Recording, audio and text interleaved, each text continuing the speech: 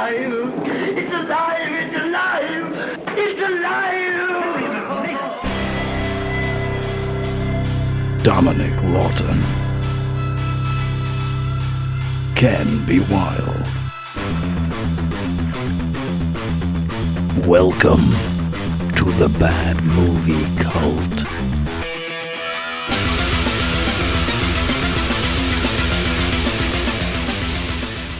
And we're back. Hello. Welcome everybody to a bonus episode of the Bad Movie Cult podcast.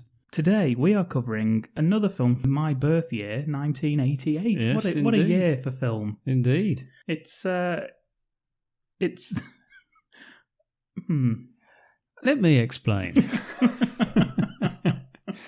It's the classic, and I think you'll all agree it's a classic, horror film Amsterdamned. The canals, they are a passageway into the heart of this international city. Dark and protective, they offer sanctuary to the terror that stalks from their depths. He will surface, kill, 16 stab wounds, at least 8 were fatal. and vanish without a trace. 4 dead in 4 days. All I know is that something's got to be done. For the canals now run with blood. They've got to find him, catch him, or kill him, because time is running out. Vestron Pictures presents Amsterdamned. This city is murder. This film has a 6.6 out of 10 rating on IMDb. Yeah, it's a good film. It's a popular film. Very popular. Audience rating of 53% Not on bad. Rotten Tomatoes. Not bad, not bad. You got a plot, Ken? Can you describe the plot? It's a killer on the loose in the streets of Amsterdam. Who is it? What is it? Why is it? And how is it? Perfect. Incidentally, Dick Maas also did a film called Saint. It was Sint in the Netherlands, but it's called Saint. It's a Christmas film. Oh, It's about Saint Nick and the real Saint Nicholas. nice. Yeah. Merry Dick Maas to everybody. Indeed, yes, he did do that Christmas film. And I've got that as well. I've got that on DVD. It's a good film. It features Black Peter. When was that directed, that film? 2010. Oh, really? So quite recent then. Yeah, you know, I Well, say, I'd say recent. I say that to people as well, and then realise it was over 10 years ago, and it's not that recent. Yeah. I think anything directed like after the 80s is recent. Yeah, you think that's not that old then. Yeah. Yeah, it's like 93. It is that old, yeah. You're like, oh yeah. Yeah, I think anything from the 90s onwards is like a recent film. Yeah, but that's quite good. That's quite a good film. And he did a film called Prey as well, which is about killer lions on the loose. Is that the one that you showed? Yes, it is. Yeah, That's Dick Maas. That's Dick. It is. Yes, indeed. Yes. Bloody hell, you got that right. Yeah, he had his dick in many pies. Incidentally, a written review of Prey available on the website. Nicely done. Thank you. Some keywords for you, Ken, and for the listeners, just give you a picture of what we're going to be talking about. Okay. Sadism, Oh, mutilation, oh yeah. decapitation, gore, What? insanity, Oh, mama. and last but not least, Frogman. The most descriptive of all of the keywords for this film. Yes. Fear the Frogman. That should have been the tagline. Imagine that on a tagline in a film. Well, I've got some for you, Ken. Yeah. You are the producer. You're in your chair. You're sipping on Actually, hang on. a little bottle of French imported lager. What have you got for me, kid? I've got 3 for you. You ready? Yeah. The city is murder. Okay, next. The danger lies just below the surface. Oh, I quite like that one. Be glad you're afraid. It means you're still alive. Oh, I don't really like that one. Which one are we going for? I think the danger lurks just beneath the surface. Okay, I'll send it in to Dick Maas. It works as well because the opening scene just gives you that straight away. It's perfect. Yeah, we get shots of the canals, isn't it, through Amsterdam. Obviously, Amsterdam, if you've ever been, is well known for its canals. Yeah, I haven't. Have you not? No, I've been to Holland, but I don't know whereabouts in Holland I went. No? No, I was on a children's football team, or soccer team. Yeah. And I went over there, and I had a ham omelette, and I was sick, and didn't play in any of the games after that. Yeah, so... Wait, you had a crepe? Yeah, from both ends. I don't know if we ever told this story on the podcast, but there was a couple that I know that went to a place called Little Dessert Shop, which is like a... What does that sell? Yeah, it's like a sit-down place where you go and have a fancy like pancake or Ooh.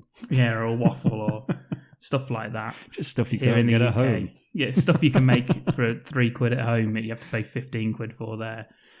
They went and I was talking to them and I was like, "Oh, what did you have?" And the guy was like, "Oh, I had a waffle." And I asked the girl, I was like, "Oh, what did you have?" She went, "I had a crap." Yeah, nothing to eat. Yeah. Did you wash your hands? Yeah, it's a long way to She's go, like, isn't it? She was like, "I had a chocolate crap." I was like, Don't we all? It's alive! It's alive! It's alive! Anyway, first shot, as you say, we're in the canals of Amsterdam. It's POV. We see the POV. It goes up into the back of a Chinese restaurant. They're prepping for the evening.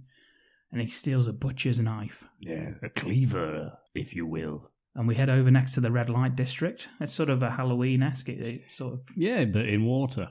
Yeah. Which is nice. A nice touch. Had the knife not been stolen, I would have potentially have thought alligator.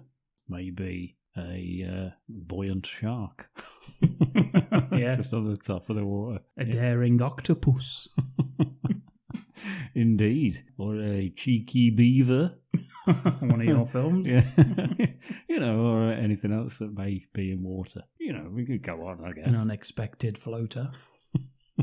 Chocolate crap. Yeah, we head over to the red light district. Yep, as we should if we're in Amsterdam.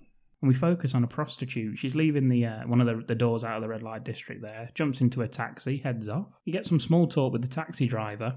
Yeah, this isn't POV anymore, obviously. No. It'd be less subtle. Yeah, he got in the taxi with them. Yeah.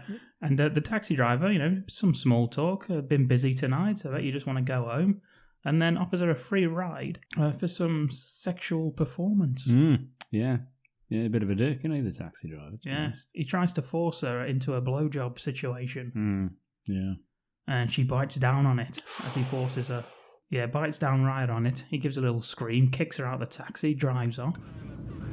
Done for the night? Just drive. I bet you can't wait to get to your own bed. I love blondes. Of course, I'm not particular.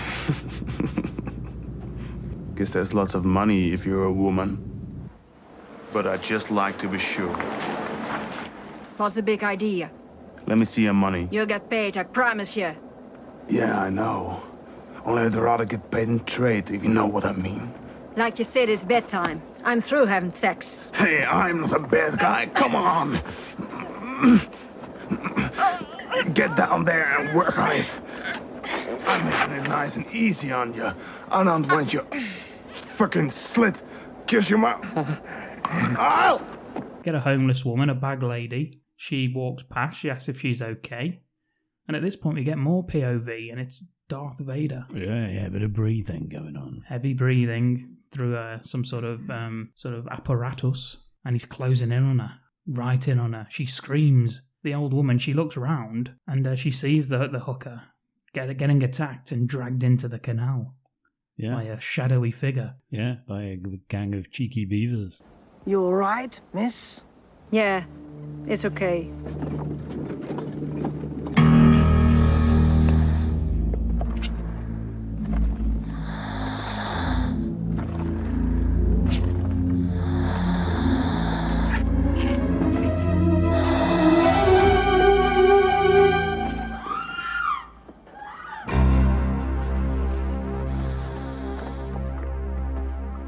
We get a voiceover welcoming us to Amsterdam, which I thought was nice. It was very nice, yeah. Telling us about its world-famous canals. There's more than 165 of them in total. Bloody hell. stretched to a length of 16 kilometres. That's a pretty long canal. We see the voice belongs to a tour guide on a boat full of kids. The kids are having a great time, they're laughing, they're screaming, they're happy. Till the corpse of a prostitute is hanging from the bridge in front of them by her ankles. And they hit, because obviously, you can't brake really in a boat that quickly. No, he does put his hands up over his eyes, which is a classic thing of being safe from anything. Yeah, he's just like, ah. The corpse just smears blood all over it. Yeah, it sort of just rides over the top of the boat, doesn't it? Yeah. And they've got a glass roof. Over the just kids. smears prostitute breasts and blood and all sorts all over the boat. They all start screaming. And thankfully, they had a little window open, didn't they, on the top of the boat that the corpse dangles through. Yeah, just in front of the kids. Yeah, I really, really like that as a set piece. Yeah. I thought that was a really good effort. Yeah. I liked it. It's alive! It's alive! It's alive! Cut to a man in a bath. This is Lieutenant Eric Visser. Yeah, no, he's a weird character. I wasn't entirely sure whether I liked him in this film. I don't really like him. I don't think he's an overly likeable character. To have him as your main guy is a bit, I don't know, it's a bit of an ask, to be honest. Yeah. We get a POV again, this time of the gun taken out of a holster, which was hanging off a chair in his bedroom. We get some feet moving towards the bathroom. Door opens, and it's a woman pretending to shoot and kill the man. Yeah, a bit harsh. It's a lot of fun, that, because this turns out to be his daughter, which I was shocked at. I was very shocked. I believed it to be his wife. Careful, it's loaded. Daddy, you have to die. That's no toy, so put it down. Bang! He knows that she's there already, so I'm assuming this isn't the first time she's done this to him. Yeah, she's just pretending to shoot her dad. Yeah. Oh, kids, eh? And it's even weirder when you find out it's his daughter, because he's just naked in the bath. There's no, suds. Of course it is. That's how you have baths. There's no, suds. It'd be weirder if he was fully dressed in the bath. That would have been a weirder bit of footage, wouldn't it? The fact that there's no sort of foam on the top of the bath, it's clear water. Oh, I see. You're saying it's weird she's walking in when he's naked, not the fact that he's in the bath and naked. Yeah. I mean, I understand now. I was thinking, what are you talking about? Although that is weird. You've said it. She answers the phone and tells the person her dad has been playing with himself in the bath for the last half hour. Yeah, which again is it's an odd situation with this daughter. It's all right though. It's only his work. It's only police HQ. It's only Captain Carl Weathers ringing up to ask where he is. Hello, the Visser residence. He's in the John. I expected he's masturbating. Yeah. Eric, telephone for you. It's headquarters. Arrives at the crime scene. Told, but he's got a partner called Vermeer. Yep. Tells Eric that she was stabbed to death. The prostitute, no sign of rape. Hung her upside down from the bridge using a bowline knot. Eric says, "Bowline knot must be a sailor then." Could have been Slipknot. Yeah, There would have been bloody 9 of them to get through. Just holding her up by her ankle. We have to quiz all of them. The old homeless woman from before, she's brought in by Potter, another female police officer, saying that she saw a big black monster attack the hooker with big claws and feet, and it came out of the water. And Eric says, "Out of a boat?" And she says, "No, out of the water." Yeah, I'd say I quite like that as well. Yeah. It still gave me the impression that this was maybe not a human being. It was a monster. A monster? A big monster. I'd be glad to go to hell if it were any different. It came out of the water. Out of the water? Did it have a boat? Out of the water. People pay horns a sin. Meanwhile, we cut to 2 environmentalists and they're taking water samples. They're investigating, as it turns out, there's a nearby chemical plant and they're testing the water for any signs of pollution. Yeah, it's best to do that at night. Yeah, it is, isn't it? Yeah. Of course, yes, where no one can see you. Maybe that's why they're doing it I think illegal. it is. I think they are doing it. I think they're doing it like a covert operation, aren't they? So they don't get seen by the people who run the plant. Is that why the one guy's got full camo makeup on? Yes. They get spooked when they see bubbles forming on the surface of the water, and their apparatus that they pull up gets damaged. Yeah, there's the rope. It's been torn. They try and get the hell out of there. One guy starts pulling up the anchor whilst the other one attempts to start the motor. The guy starting the motor asks the other one if he filled the tank like he asked him to. He gets no reply, and instead he just hears like a splash in the water. A spladoosh. And all of a sudden, he's alone in the boat. Yeah, he's gone. He's just gone. And he's like, well, fuck this. I'm not going to see if he's okay. I'm just going to get out of here. Quite right, too. Yeah, he grabs the anchor, pulls it up, and he's horrified to find that the man's head is on the anchor. It's on a spike of the anchor. Jesus Christ. That was swift work, wasn't it? That's actually a pretty good prosthetic head. It looks like I liked it. You know, after we did Demon Wind and that prosthetic head, to see this one, it's like fucking watching The Thing compared to that. Yeah, no, I liked it. Yeah. Anyway, he's so shocked by that, he himself just falls overboard. Yeah, he just starts swimming, doesn't he? Swimming to shore. Yeah, Jaws all over again. He does get to the shoreline as well, and there's a truck that passes by. Yeah, sees him and thinks, what the hell? He's sort of, what's it called? Truck, is it a mate? What are they called? The guys that are in the truck with you to help you. Driver's mate. Driver's mate is with him, and he's saying, you're just seeing things on account of all the stuff that we have to carry in the back here. Yeah, because I think that's the chemicals, isn't it, that they were looking for. Yeah, but anyway, he gets out to see what the guy wants, and before he can get out the car and find him, something comes out of the water, grabs the environmentalist and drags him back. Into the water. Yeah. Yeah, another good bit. Another good set piece. Yeah, and the driver doesn't find him, goes on about his day. Yeah, just goes, oh well, back to it.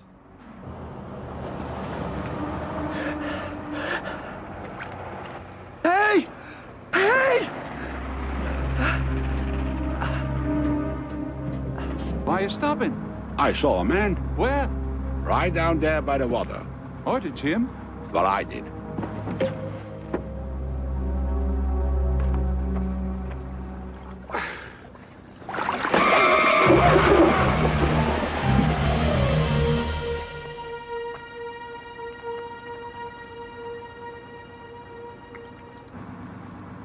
Hey, the Good Samaritan. He beat it. That weird stuff that we hold is beginning to make you act funny. Next, you'll be seeing angels flying. I guess you were right, Lou. Cut to the next day, Eric and Vermeer, they see the bodies of the environmentalists. That's enough for them to be convinced that we're dealing with a serial killer. I like the bit there where he actually says, the bodies were found. Two guys were collecting samples. And he says, and they ended up being the samples. Yeah. It's like, He has a few of these little lines that you're like, what? Yeah, that if you actually said, what do you mean? He'd have said, I don't know. Yeah. That would have been his answer, because he doesn't really mean anything. That samples for what? Eric runs into a guy called John, and now John's an old friend from the police academy. 13 years since they last saw each other. Yeah, and he's bollocking the press for taking photos. I've put John's got a bit of the Barrett Coldiron. He has, yeah. Barrett Coldiron about him. Yeah. If Barrett Coldiron wore bright yellow wetsuits. Yeah, he was dressed as a banana. Yeah. John works for the River Police. Just their uniforms are constantly just sodden. Shakes hands in his hands like a naked gun when he's in the fish tank, just wet. We learn that Eric's ex-girlfriend used to date John before Eric stole her from him. Yeah. And that's why they've not spoken for 13 years. Yeah, but they forget about that after obviously mentioning it. It turns out that she also left him for a painter. I've put the Maestro. Is this a sequel to Blood Delirium? Scatter the ashes to the wind. How am I supposed to collect water samples with your head on the anchor, Herman? John says it sounds like you saved me a lot of trouble there, but don't you ever do it again. That's all water under the bridge. Oh. Thank you. There you go, Dick. Maybe next time, just pop that one in. It's alive! It's alive! It's alive! John's team, they find part of a diver's kit. It's like a depth. It's like a depth gauge. Depth gauge, yeah. That's it, yeah. They find that at the bottom of the canal, and for some reason immediately associate with the case. Like, that could not come from anything else. It can't. It can't do, can it? He orders it taken to the lab for analysis. But what the hell would they learn? How long's it been down there? Says John. That's what he wants to know. What would that prove? Like, how long it's been down there for? My God, a week? It must be the killer. Yes. I think they're expecting it to have been down there maybe just today. Yeah. Yeah, obviously any longer, it could be anyone's. Yeah, but it is longer than a day when they get the fucking thing back, but they still think it's a killer. Anyway, and Eric says the line, "A diver who's prowling the canals of Amsterdam." And when he says that out loud, it's then that I realised how stupid the premise of the film is, really, when he says it. Imagine if that was real and he said that out loud, everyone would just be like, what? I'll tell you what they do want, though. They want a list of all registered divers in Amsterdam. Yeah, and it turns out not only is there a fucking shit ton, but John also hits him with, there's also 10,000 unregistered divers in Amsterdam. Yeah, which is odd that he knows how many there are. Well, yeah. If they're not registered. Hey, he's river police. It's his business to know. Yeah, it's just very weird, isn't it, that you have to be a registered diver? Yeah. But then again, does that just mean in the river? Apparently, the divers don't go in the river. So who cares then? What's the point of finding out who's registered as a diver? Just find the one who's in the river. That would be one. Yeah. And who's registered or not. Yeah. Hello, do you go in the river? Nope. Well, thank you for your time. That's it for all of them. Yeah. We have to watch all 10,000 of them. This film's 6 hours long. They're just the unregistered ones. Yeah. John also knows. John says that's not going to do our reputation any good. Eric says, could be quite a party next summer. What the fuck's he talking about? Not a clue. That's another one of his little lines where you're like, what? Yeah, you're just like, what do you mean? He's like, I don't know. Yeah. And he just walks off. Excellent work. Thanks, Eric. It seems like John and Eric are partners on the case. They are now. Yeah, they're both we cut and they're at the office. They're looking at the board, obviously, you know, the classic police board with maps up and pictures of divers, I guess.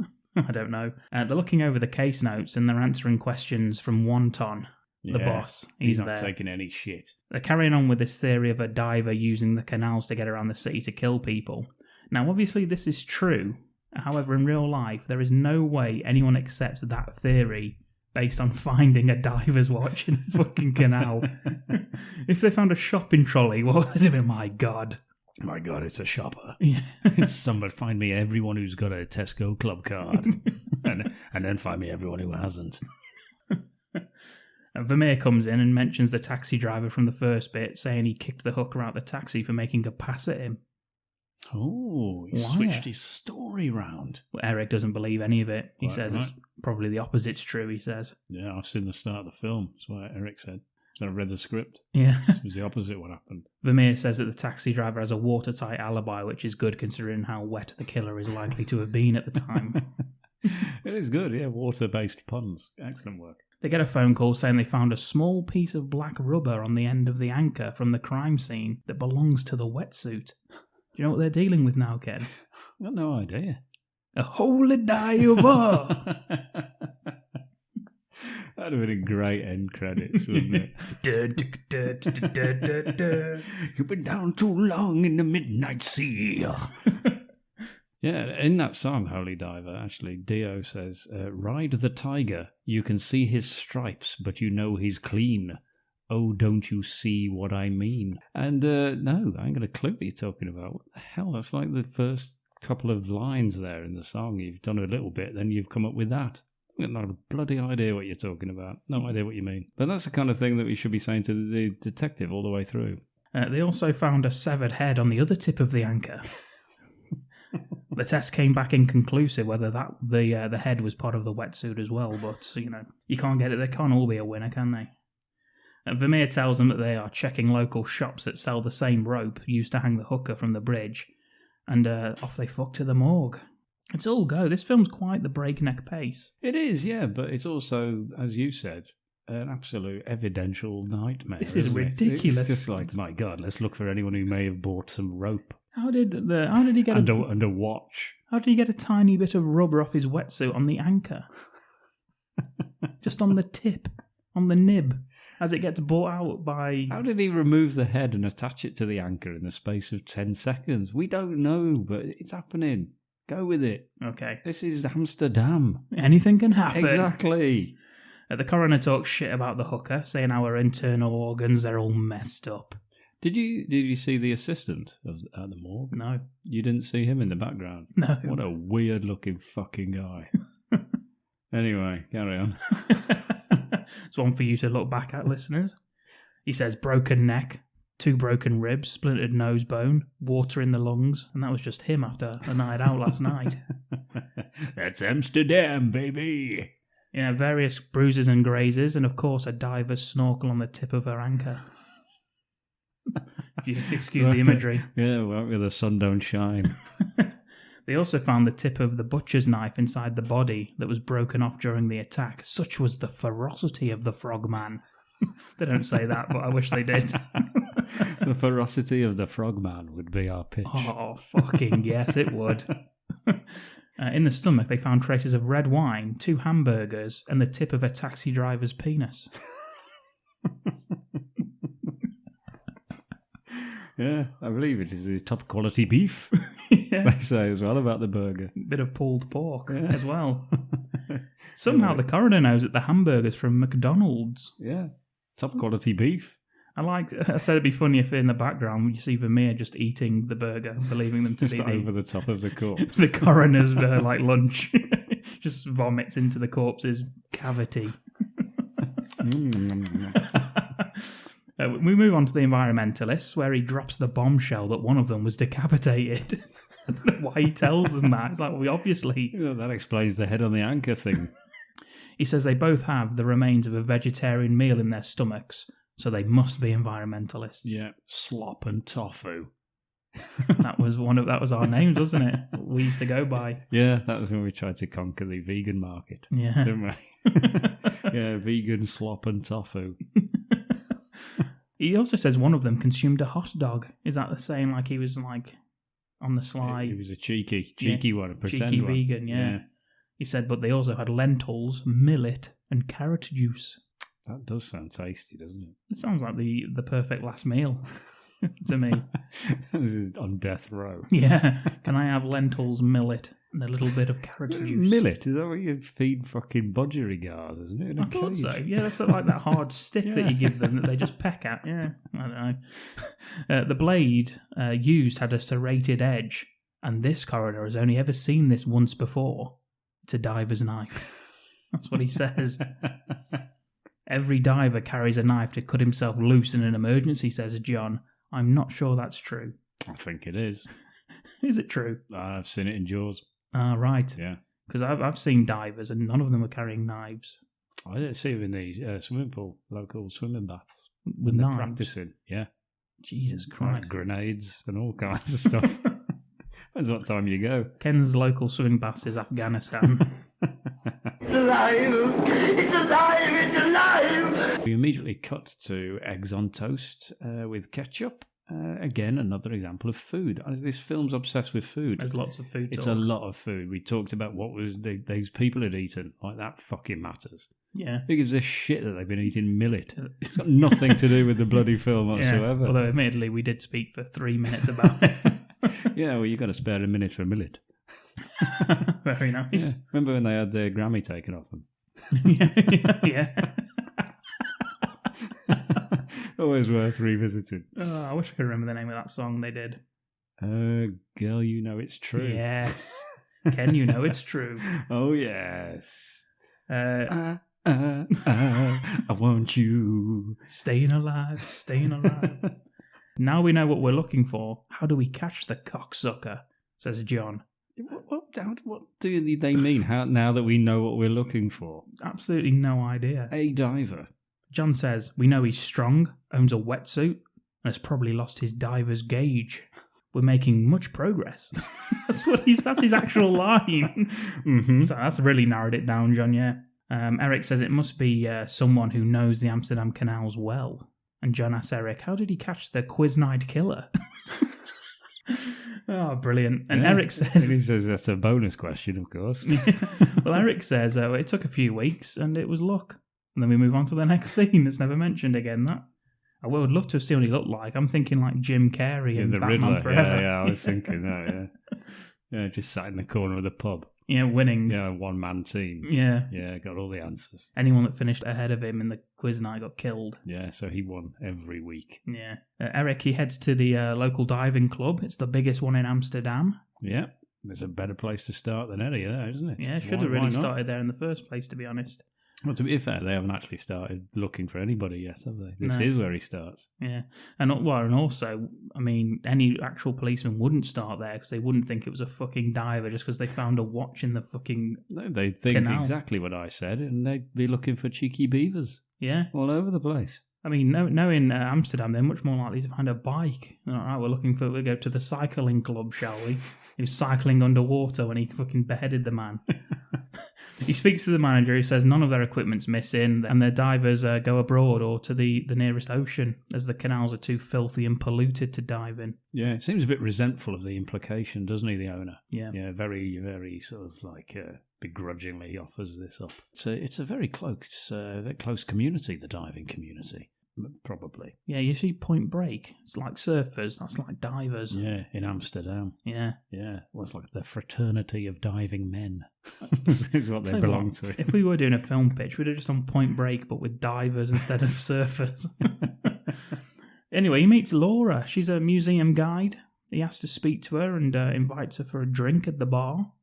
She's a part-time diver as well. Yes, she gets out of the water, and I believe he says, "You're all wet."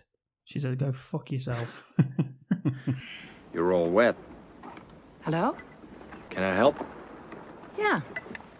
It's fine in the water, but it weighs a ton on dry land. Are you, a devotee? Hi, Laura. Hi. He's with the police, so watch what you say.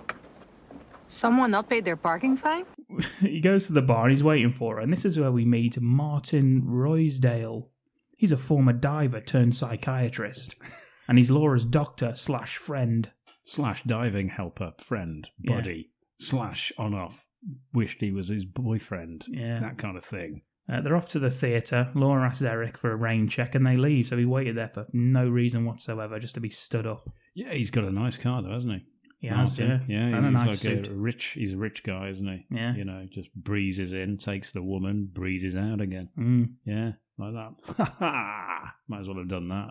And just like thrown He should have had a scarf. Cravat. Yeah, that's what I mean. Thrown his scarf out as the car as he drove off. He should have had it just landed in Eric's face. He should have had like a white scarf just waxed into like like the old flying. Oh, like in Hot Shots. Yes. We go to a bar where we see a woman. I think we're in a Mexican restaurant now. Oh yeah, that's it. Yeah. Yeah, it's like more food.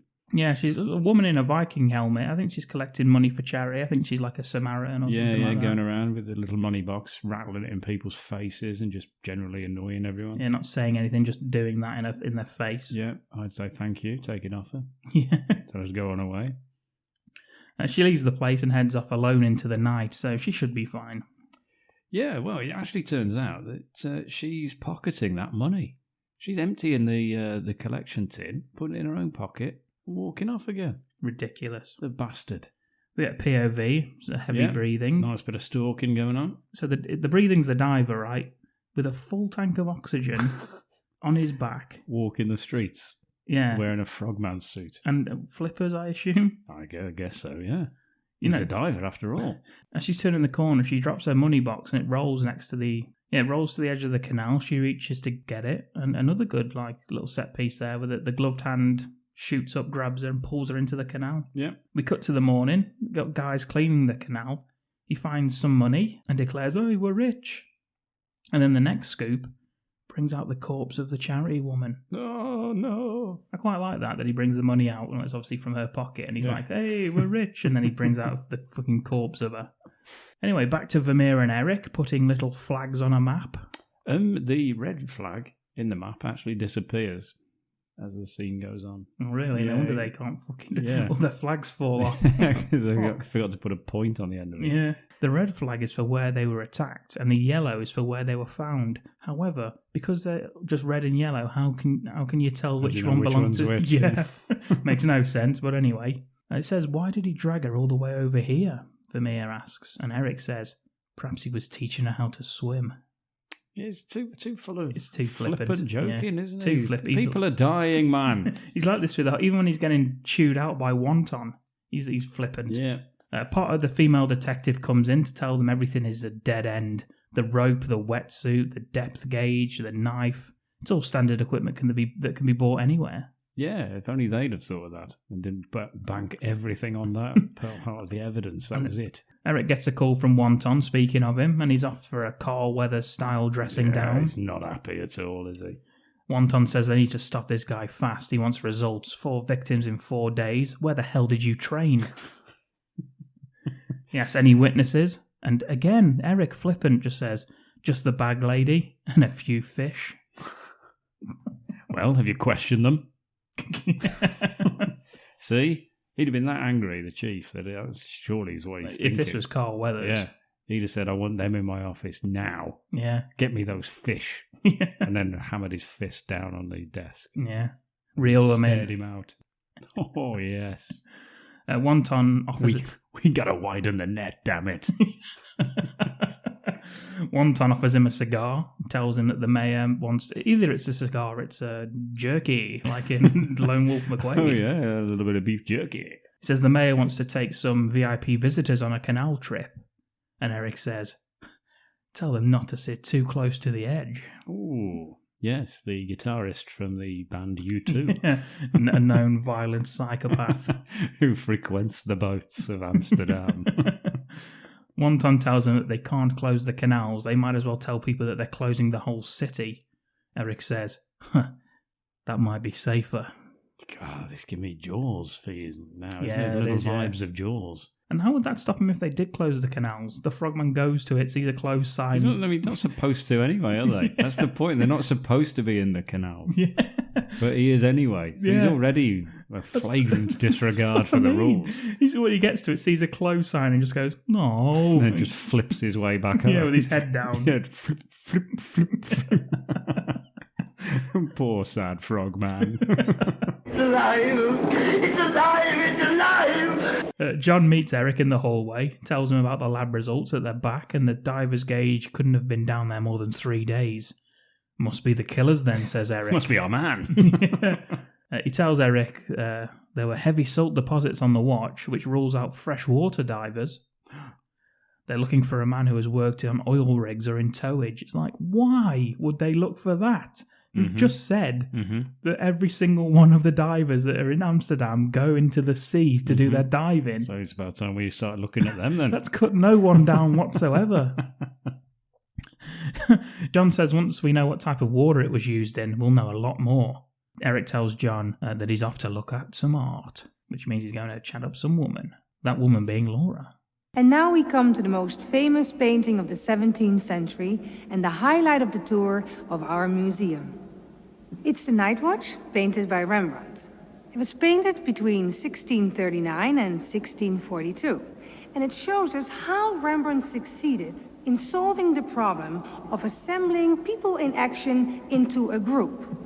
This masterpiece brings us to the end of our tour. I thank you for your attention. You not take us further? I'm sorry, sir, but the tour stops here. But, Thank you all very kindly. Cut to Laura. She's given a tour to a load of Asian businessmen. Once she's finished, they're unsatisfied with the length of the tour. Well, they're quite right too, because she just basically says, right, that's enough of that. Shut the fuck up and get out. Yeah, basically she tells him to go piss up a rope because she sees Eric. He's at the back of the crowd there. Well, it's because they're all looking at Rembrandt's 17th Night Watch. Very impressive piece. Thank you. Uh-huh. She leaves with him, and she asks him, "Do you like art?" And he says, "I like beauty." And asks her out for dinner. It seems highly unprofessional, but whatever. And we cut straight to the dinner date. Yeah, restaurant food, more food from Dick Maas, his food-obsessed freak. They shoot the shit about his daughter and his work-life balance. He admits to thoroughly researching her before the date. She seems impressed. Men of the bad movie cult. Not overly weird, though, is it, that? Don't do this in real life. If you do, don't admit it. Because it's weird. I know everything about you. Yeah, he does. He knows all about it. I've written it's a bit odd, but she seems to like it. She loves it. Yeah. He asks if she's dating Martin, and she says he's a shrink, and she started going to after her husband died, and she says that she sees him once a week, and sometimes we go out for dinner or a concert. Which again is massively unprofessional for a therapist. He asks if Martin dives anymore, and Laura tells him not since his friend had a terrible accident. But we're never told what that is. No. What a pretty place. You have good taste in restaurants. I may have a dirty job, but I still like to eat well. We cut to some cunt in a snorkel, swimming trunks and flippers waltzing into the police station. It's some comedy-style old guy. He is admitting to the murders and the desk officer says, "You'll go down for life, Grandpa." Any last requests? And he says, "A cup of coffee." It's just some homeless guy, isn't he? Some insane old man trying to get a free coffee.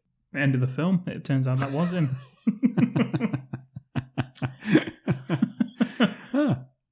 Next scene. Yeah, what a twist. Next scene is a woman on a blow-up raft in a bikini on the canal with her legs in shitty water. Yes. Yeah, it's unusual, isn't it? I didn't like it. 52 minutes exactly. Nice. Thank you. Her boyfriend calls out from the barge about a foot away from her, saying, "Oh, hurry up, we've got to go and meet my parents," or whatever the fuck he says. Then a knife rips up. Yeah, it's this is Jaws-esque as well, because it's from below, isn't it? Also While she's in the dinghy, the ring, whatever it is. And a bit Freddy Krueger-ish. Yeah, it throws both of them in. Because the knife goes up, breaks open the raft that she's in, turns the serrated edge towards her vagina because her legs are spread. Yes. She notices it, and then the knife goes quickly straight towards her, and that's the end. Yep, that's the end of that. I've put the balls on this killer to do that with her boyfriend a foot away. It's in the middle of the day on the busiest fucking bridge in Amsterdam by the looks of things. Oh, there you go. And he still gets away. Of course he does. It's absolutely mentalist. Anyway, we cut straight to the mayor. We ain't got time for that. We cut straight to the mayor and bullshitting the chief. Yeah, wonton. Yeah, demanding what the hell's going on. They want to replace Eric off the case. They want fresh perspective. Exactly. And to be fair, Wonton goes to bat for him, saying he's the best damn detective on the force. Yeah, he does. Yeah, he's quite loyal to him, even though he kind of, they seem to be at odds with each other. Yes, constantly butting heads, but he's got to respect. It's like Carl Weathers with us. Exactly. Apart from the respect bit. Yeah. Because he fucking hates us. It's alive! It's alive! It's alive! We get a quick scene of Laura. She's in a therapy session with Martin, tells him about the date with Eric and how great it was. He asked her if he wanted to know about the murders, and she said no. She thinks he likes her, and she likes him too. Martin tells her, "Well, I'm very happy for you both. Looks like you won't be needing me for much longer." Yeah, it's all inappropriate, isn't it? Mm. The way he's even saying it is just like he's saying it like the passive aggressive. Oh, it looks like I won't be needed then, will I? Now that you've got yourself a boyfriend, eh? Hey, now that you found another man, it's very nice of you to tell me how great it all went. Thank you very, very fucking much. You almost cut into a bit of a Rick Mail impression then. That was pretty good. That's what he says. That's what he's on the undercurrent of the dialogue.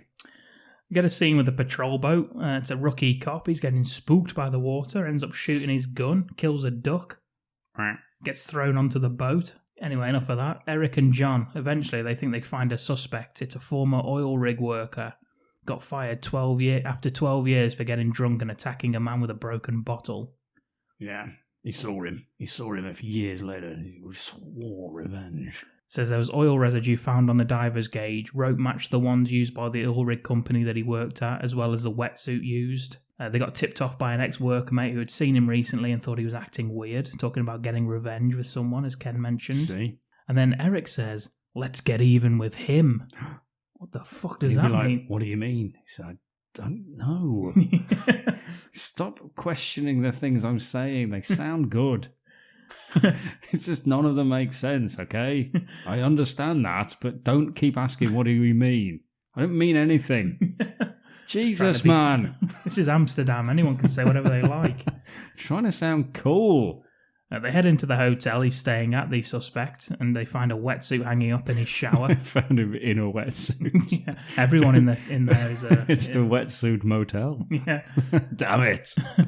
The suspect, he legs it out on a motorbike, gets on there, drives off. Police car and horses, they're used for the chase. The horses block him off at one way, instead of just driving. Unfortunately, horses can't ride motorbikes, so they're useless. Yeah, they just fall off. They block off like one street, and I was thinking, like, you could probably drive round those horses. Or just you choose another street. Yeah, well, he does. Yeah. And eventually he... I quite liked it. It's a good little drive. Yeah, it is. It's one of those where there's like the suspense because they can see the figure, can't they, in the shower? And then they pull it back like... And it is just a wetsuit hanging off. There's a lot of good stuff in this, a lot of good set pieces. And also, similar to New York Ninja, this is a nice little view of Amsterdam in the 80s. Very nice, it does look nice. The suspect, he tries jumping, like there's a bridge raising up for a boat to go underneath, and he tries getting over that with his bike. The bike doesn't make it. He ends up hanging onto the edge. The bike skids down, and the suspect's caught.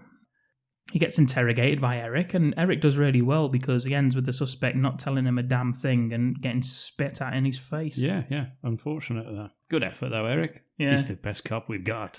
Unless it comes to interrogation, then he's one of the worst. But the best damn detective on the force leaves and tags in Vermeer, who opens with the line. I thought, oh, good cop, bad cop. Vermeer's going to be the good cop. Yeah, but Vermeer is awful cop. He's bad cop, awful cop. Because he opens with the line, "You don't want to talk, motherfucker."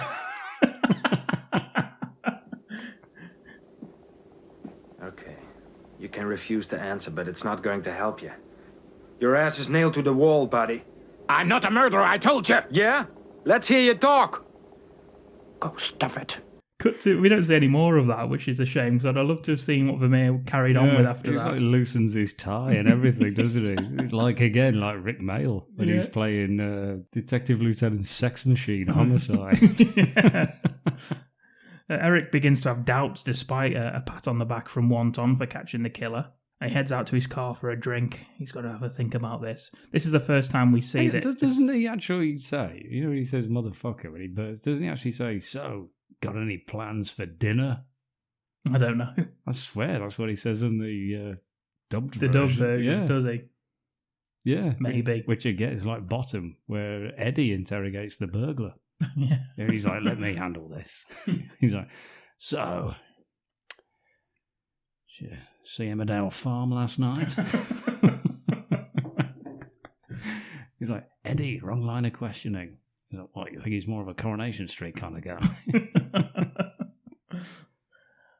He goes to his car for a drink, and we're supposed to know that Eric is an alcoholic. This was in the trivia that I found out, but this is the only time you kind of get that perspective on him that he likes a drink, because he's got a bottle of vodka in his car. Anyway, he heads off to see Laura that night for some sexy sex. Yeah, indeed, yeah. Meanwhile, the most ridiculous death of the film here is get a skipper, and he's at the nearby docks.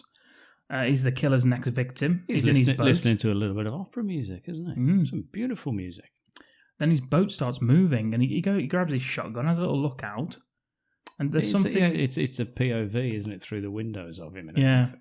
And he pisses in his own sink. He does, yeah. Yeah. This is not someone else's sink. Yeah, but you'd imagine he's got a toilet on that little boat. He can't just always piss in his own sink. Just surely piss not off the side of the boat. He can do, yeah. And he's also moored on the docks, so he could just get off and go for a piss. Could do. Anyway, yeah. I just thought it was weird that he pissed in his sink. Sailors of the bad movie cult, do you piss in your own sink? Is that part of it being out on the ocean? Anyway, carry on. Yeah, he has a look out. Yeah. He's cut the anchor rope, hasn't he? So the boat starts moving. Yeah, someone's dragging him along because the rope's taut in front, and he's like, "What the fuck?" Goes to get his shotgun. All of a sudden, like, his cabinets start bursting open with water, and just the holes appearing in the hole in the boat. There's a power cut. That's enough to, like, he doesn't think I'll just get off the fucking boat then. He just fucking dies. He just sinks. Just sinks. You sink with your ship. That's the captain. Yeah, he gives the salute. Just slowly. A guy walking past with an umbrella, he sees it from the bridge, phones it in. It was Rudy Voller from the 1990 West Germany football team. He does look like Rudy Voller. Yeah, he spots him and calls the cops. He's got the perm and the tash on him. Yeah. Calls the police. John decides to go underwater to investigate the next day. He said, and I think Vermeer's on the boat with him, and he's like, "Be careful down there." And he's like, "What, we got two? You're telling me there's two killers? You've already got him locked up, haven't you?" Any sign of Eric? No, I don't know where he is. He didn't go home last night. Sometimes you get lucky. I think you're making a mistake going alone. You really think there's more than one murderer around? The man that's under arrest, we're not certain that he's the murderer. I'm not gonna futz around here. Sure this is his spot? Oh, yeah, John, no question. This is where it sank.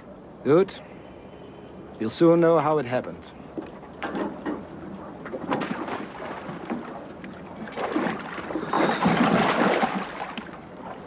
How will you know he's okay? He'll tug on the line. 1 tug means he's okay. 5 tugs, he's in trouble. He goes down anyway. First, he finds the skipper's body in a Jaws-style jump scare. Yeah, I quite like that. Yeah. It is. It's just like Hooper, isn't it? Swimming around in there looking for evidence. Yeah. Yeah. Just falls out of a cupboard, doesn't it? Yeah, but as he approaches to get out of there, the killer emerges. He's got his knife, his diver's knife. We get an underwater fight. Vermeer and another officer, because he's attached to a rope, and it's like 1 pull. 1 tug, it means okay. 5 tugs means there's a problem. 15 tugs means get me out of here ASAP. Yeah. 30 means forget that previous 15. It was a false alarm. Yeah, it's quite an elaborate building system, isn't it, on the numbers front? 60 means I've run out of oxygen. Yeah, and if I just float back up to the top, I'm dead. Yeah, you got Vermeer and another officer. They're desperately trying to pull him up to the surface. And he's all tangled up in blue, though, isn't he? He is. This has got to be the most song title related episode we've ever done. It's incredible stuff we're doing here. He eventually gets stabbed and his throat slit, and he's dead by the time they pull him up to the surface. I did not expect that. Yeah, John to be I did killed, not expect John to be dead. I thought it was going to be him and Eric through thick and thin. I thought Vermeer might cop it. Maybe he still will. Who knows? Let's yeah. carry on and find out. Vermeer spots the bubbles and sees it's the killer trying to escape. There's a pursuit, very, very slow pursuit with boats through the canals. They trap him in a lock, drain the water. Eric turns up to see the big moment. Yeah, and finally. Yeah. Yeah, thanks for joining us, Eric. Your mate's dead. Yeah. Thanks for popping in after your alcohol-strewn sex fest. It does drain in the end. Eric leaves before we get to see, but it's just the the oxygen tank left. It's just the apparatus. And the killer's disappeared off through the sewers. Eric, where were you? John? He wouldn't listen to me. We waited for you to arrive, but... You shouldn't have dived alone. He wouldn't listen. It was always like that. We've got our murderer. No doubt this time. Down there? Hasn't moved an inch in all this time. The jig is up. No more fish to fry. Have you seen him yet? No. A bit more.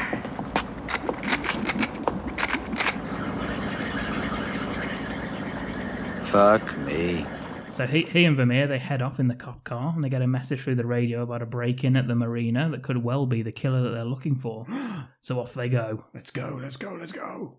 And the killer is actually at the marina. They're looking through the boatyard. He shoots a harpoon at Vermeer that goes through his sleeve, attaches his arm to the wall. Wounded, man down. Killer escapes onto a speedboat. Our heroes follow suit for a speedboat chase through Amsterdam, but of course, by our heroes, I mean just Eric. Because Vermeer has been harpooned to a wall. Vermeer gets on the boat on the back with him, and when Eric sets off... Comedy moments. Something out of National Lampoons. He just flies off the back of the boat. Falls off the back. Eric, I think Eric has a quick glance over his shoulder and then just carries on. Yeah. Doesn't bother. We ain't got time for this shit. We haven't, no, because we're going for a James Bond speedboat chase through Amsterdam. Beautiful, beautiful set piece, this. It is, yeah. A fun fact for you. Mm-hmm. During the filming of the speedboat chase, the boat with actor Hoob Staple, who plays Eric, crashed into a wall when a stuntman made a steering error, which resulted in several injuries and took him out of shooting for 3 weeks. Hooray. The accident left Staple with chronic paresthesia in his fingers and a rib protruding from his chest. What was he doing on the fucking boat if they got a stunt driver? Surely that would mean he's not needed on it. There's only one person in the fucking boat at all times on camera. Yeah. So why was he hiding in the back of it? At one point, Eric is hanging onto his own boat from a rope at full speed. Maybe it was that bit. Oh, it could have been, Yeah. yeah. And steering error means that he steered around and Eric just smashed into the bridge. Yeah. Yeah, it could have been, yeah. He's hanging off his own boat from a rope, and the boat's at full speed because the killer hits him in the face with, is it an oar or something? Yeah. But he manages to climb up and, in the nick of time, turns before he crashes into the wall opposite. Yeah, you get some classic tourist boaters out there as well, don't you? Yeah. Being like, look out. That is actually, I do like that set piece where he's I think it's a really good chase, and that bit's even better. Yeah, where he's climbing to turn the thing before he smashes into the wall. Yeah. And we also get a full brass band on a barge. They're blocking the way, so the killer drives up a ramp over the bridge, lands in the water on the other side. I've put great stunt, that. Yeah, it is. Yeah. It's like mounts the pavement, smashes through a restaurant. Usually what you see there as well is it's usually the hero that does that, and the bad guy sort of escapes, and then the thing covers, and then the hero does the jump, but it's actually the bad guy this time. No, it is, yeah. There seems to be an ornamental organ being wheeled across the road at one point That's as well. multiple times in this film. That stops the cops from chasing on land. Yeah, they smash through it, don't they? Yeah, they do, yeah. That's actually there when that woman gets killed on the little rubber dinghy. Is it? Maybe it's a residential ornamental organ. Yeah, I think I actually did see something like that when I was there. Yeah. So he does. He goes over that. He ramps over a bridge and back in. Finally hits the equivalent of a fuel tanker on the road that all people hit if they're in a car chase. And they manage to get one just on a boat. And a tanker boat. And it blows up instead. Yeah. So, they stick to the formula perfectly. They just use speedboats instead, which is nice. Very nice indeed. Yeah, and then Eric sees a figure just like escaping down a pipe. They don't actually have them in Amsterdam. They had to build them for this film. There's another fact for How you. misleading. What if I'd gone to Amsterdam to see the sewer pipes? That the frogman escaped from. Exactly. Very specific when I go on holiday. He goes into the sewer as well to follow him, and he climbs up the manhole that he escaped from. As he's doing that, the killer appears at the top there and harpoons him in the shoulder. He falls down to the bottom there, and the killer attempts to finish him off with another harpoon. He's got loads of harpoons with him. He has, yeah. But before he can do that, Eric shoots him in the face. Yeah, smashing his mask. And then passes out and wakes up in the hospital. He's not very good with a harpoon, is he? No. Because he's failed to kill both cops with the harpoon. Yeah. He has shot them both. And one was point blank. Yeah, he has shot them both, but failed to kill both. You got Vermeer and Laura, they're at his bedside. Maybe if we cross-reference all of the registered divers in Amsterdam, all of the non-registered divers in Amsterdam, find out who's lost a diver's gauge, who's got a small piece of their frogman suit missing, who's good at severing heads and attaching them to an anchor, but is shit when it comes to harpooning, we'll have our man. Yeah, and who's been shot in the face recently. Vermeer and Laura, they're at his bedside when Eric wakes up. Have you been shot in the face recently? No. Thank you for your time. No. Yeah. Vermeer tells him that the killer escaped. They did find broken glass at the scene because the bullet shattered the mask. Like the eye mask, didn't it? Yes, very good. Very good again. I actually thought, well, that's the end of that then. Yeah, I thought that. Shot him in the fucking eyes. He tells Eric that his daughter's staying at Willie's and not to worry. And Eric doesn't worry because it's Willie. What the fuck's he going to do? Yeah, and doesn't even know who Willie is. He's that interested in his daughter's life. He's like, oh, fuck, I forgot I had a daughter. Eric plans to get up and continue with the hunt, but the doctor comes in and says that you need your rest, gives him a sedative. He says, I'll knock you out for 12 hours. Come back and see him tomorrow. And Vermeer and Laura leave. Laura goes to a therapy session appointment, finds Martin isn't home, and for some reason she stays and just has a look around. Hears a noise in Martin's underwater basement, his underwater lair. I don't know if this is common in Amsterdam. I'm assuming there is. Yeah, he's a rich man. Yeah. Why not? Why wouldn't he have a little boat dock in his basement? But she finds a broken mask there with a bullet hole through it. Oh, Jesus. And thinks Martin must be the killer. As do I, with that revelation of the evidence. She makes an attempt to call Eric from Martin's study, but fails because he's unconscious. It's 11 hours until he's waking up, apparently. And then we see Martin, he comes home and Laura hides. So a bit of tension here. She hide her in the house. Indeed. Good film. Meanwhile, Eric's daughter and Willie, they arrive at the hospital to visit Eric. She bought some flowers, which is nice. He wakes up and when Laura rang and asked to speak to Martin, she did leave a message with the nurse, so it should be pointed out. And the nurse tells him that Laura rang. And he was like, why didn't you tell me? And she says, because you were asleep. Because you were unconscious from the drugs, remember? Yeah, 12 hours, even though it's been half an hour and you're fine. So she says that, and both he and Vermeer, they head out to Martin's house. Why would, when she leaves the message, why would she only leave the message for a man she knows is unconscious for the next 11 hours and not ring the police who are awake? Yeah. And tell them that she knows who the killer is? Staff shortage. Oh, yeah, they're all busy. There's only 2 cops. They're out there like looking for the edge from U2. That's it, He's got another rampage. Yeah, they head to Martin's house straight away. Never mind the fact that he'll be knocked out for 12 hours soon. Tells his daughter and Willie to fuck off as they pass them in the hallway. He doesn't even recognise them. He's like, whatever, I've got to go. Cut to Martin playing the piano at his house. Yeah. Laura, Classic rich guy stuff going on there. My note is Laura walks around the basement like a fucking elephant, knocking shit over. That immediately alerts him. He grabs his gun and heads off to investigate in his underwater lair. As he's having a look around, Laura attacks him from behind with an oar, knocks him out. He's just face down on the fucking boards, which made me laugh.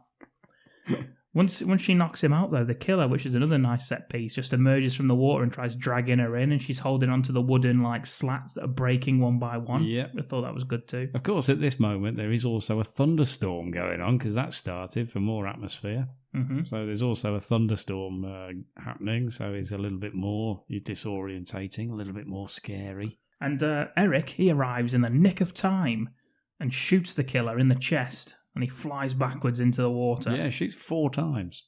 That killer gets shot.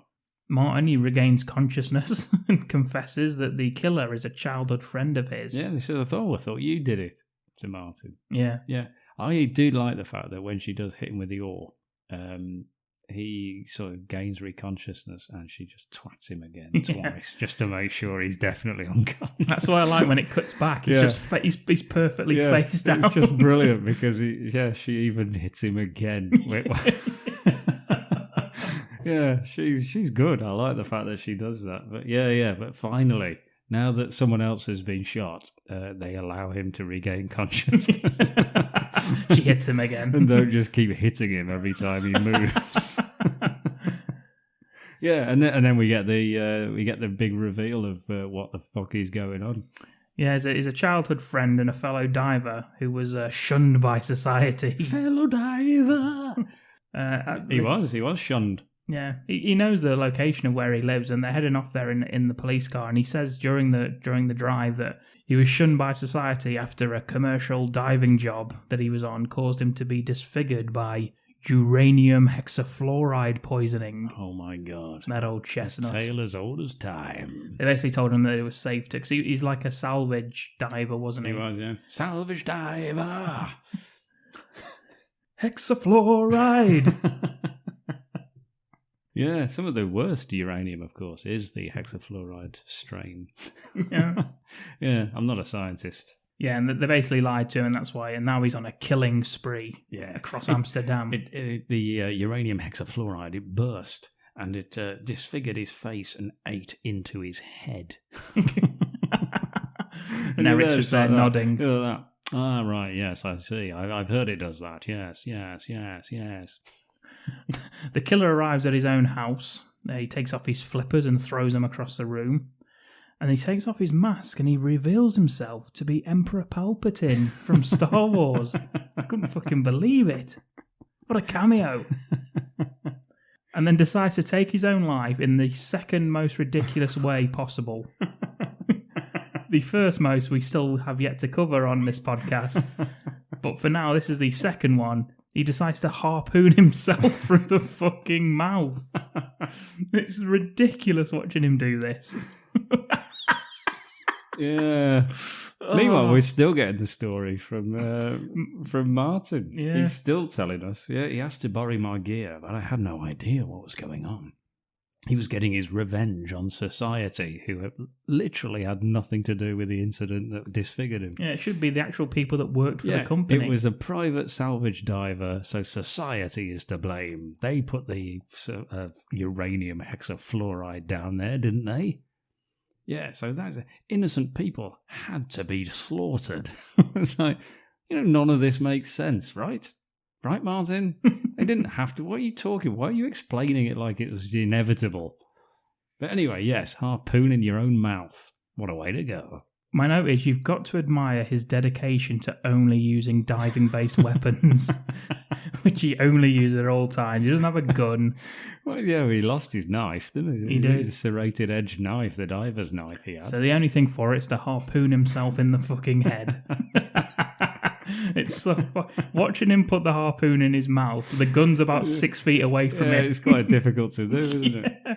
But we cut back and he's already done the deed. The harpoon's through his mouth, out of the top of his head, his massive bulbous head. They arrive at the place, and Eric gives us the line, "His diving days are over." He's like, yeah, he's dead, isn't he? Yeah. And he's like, no, that's what I meant. So, well, you don't need to. Stop it with your flippant bullshit. Cut to the next day. It's Laura and Eric. They're on a pedalo. She tells them that she's booked a dinner date for them at a fish restaurant for 3 of them. And Eric's like, why the fuck for 3 of us? Yeah. And she's like, because you've got a daughter. He says, oh, yes. Oh, shit. He tells her he doesn't like anything that comes out of the water. And she says, well, I came out of the water. What the fuck does that mean? She's a fish. Oh, for God's sake. That was Amsterdamned 2. His foot slips into the water as if grabbed, and he laughs for the first time in the film. She hits him, calls him a clown. Yeah, he's pretending that somebody's grabbed him. Oh, he's a joker, isn't he? Yeah, she calls him a clown, and he says, I'll clown you in a minute. Clown fish. That's what he says. He just simply says clown fish. And she nods at him. She says, what do you mean? He says, I don't know. We get a high-angle shot of the pedalo and the look of Amsterdam as we get an incredible 80s song. Yeah, it's the theme tune. It's the theme tune, Amsterdamned.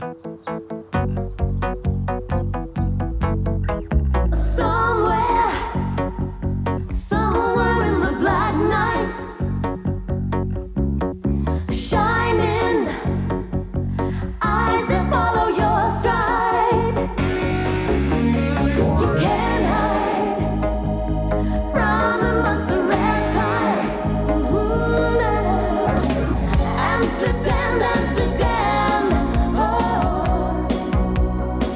This is Amsterdam, Amsterdam, Amsterdam, oh. This place is damn.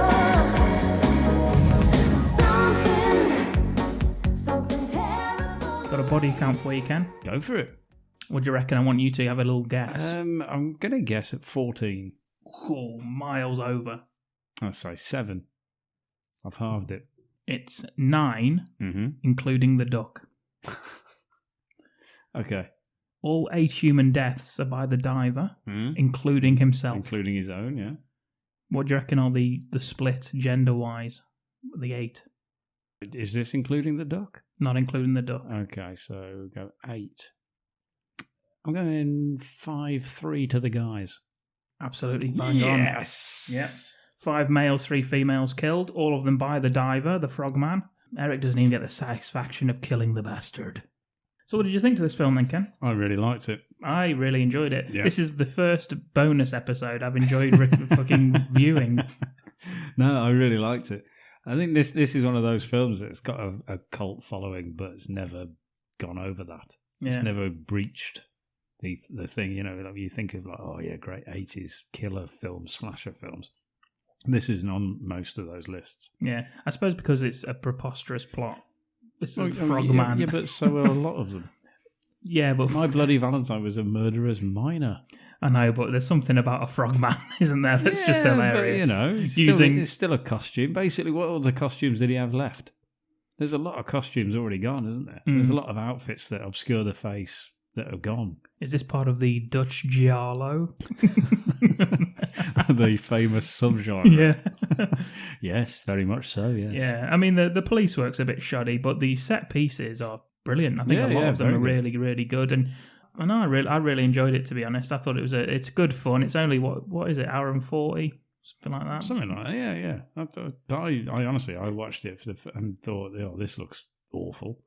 Yeah, expecting it to be like bad. Yeah, and in fact, it was like, that was pretty good, that. Yeah, very pleased I saw it. Yeah, I think there's a lot of, and again, I think there's a thing as well where you watch something in subtitled or whatever, and you can't really tell if the acting's bad or anything like that, can you? So no, I watched it dubbed, and again, was the dubbing like humorous or was it just normal? No, it was okay as well. Yeah, Yeah. It didn't take me out of it at all. Yeah, I was worried when I was watching the subtitle one. Like, I wonder if Ken's, because when I was watching it, I was like, this is actually bad. I wonder if Ken suggested this because the dubbing's bad. In which case, I'm fucked. No, I liked it. Yeah, generally enjoyable. And if you want to have a look at it, and in the UK, I believe it's still on Amazon Prime. It's definitely, the subtitle version is definitely on YouTube. So if you want to give this a watch, which I recommend you do. It'll be the dubbed version on Prime. That's where I watched it. Yeah. Thumbs up from me. What about you, Ken? I've got 2 thumbs up and a harpoon in the face. Well, we've run out of time, so we'll bring this episode of the podcast to a close. Thank you, Ken, for this recommendation. Thank you for finally bothering to bloody watch it. Oh, you're welcome. What about you guys? Have you bloody watched it or not? If you have, let us know what you think. When we release this, we'll put a post out on Twitter. You can reply to that if you want. Speak to us. Anyone who wants to get bonus points, throw in a song title that relates to it, like we've been doing seemingly throughout the entire thing without knowing why we've done it. We seem to have done it. Throw in a related song title. As long as it's one we haven't mentioned, bonus points. Yeah, as I say, you can contact us through Twitter, leave a little message, what you thought about the film, under where we post the episode.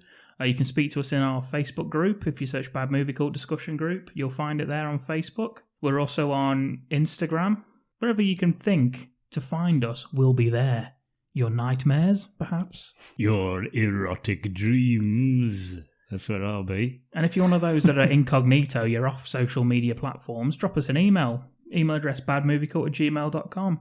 Anyone that leaves us a message, we'll read it out on the podcast. Why not, eh? Maybe just phone Dom directly on 07. If you like to support the podcast, you can by leaving us an Apple Podcast rating or review. It's a massive help in getting us found by new listeners. You can do the same thing on Spotify now. Just drop us a review. It's much appreciated. Or wherever you listen to your podcast, I'm sure there's a rating system on there. Similarly, we're also on YouTube. Subscribe and like the videos that you're listening to. A massive help again. You can find all previous episodes as well as written reviews of films that we don't cover on the podcast on our website. That's www.badmoviecult.com. Ken mentioned one earlier from this same director. Yes, Murderous Lion Loose on the Streets of Amsterdam. Unbelievable. Yeah, so you go near the canal, you get a frogman. You go out of the canal, you get a rampant lion. There's no way you can survive in Amsterdam. Get out of there. Join us again. We'll be back next week. This time it's a full episode with a film pitch. We bloody spoil you on this podcast. We do, don't we, at the moment? God, it's all go. See you next week. See you then, bye.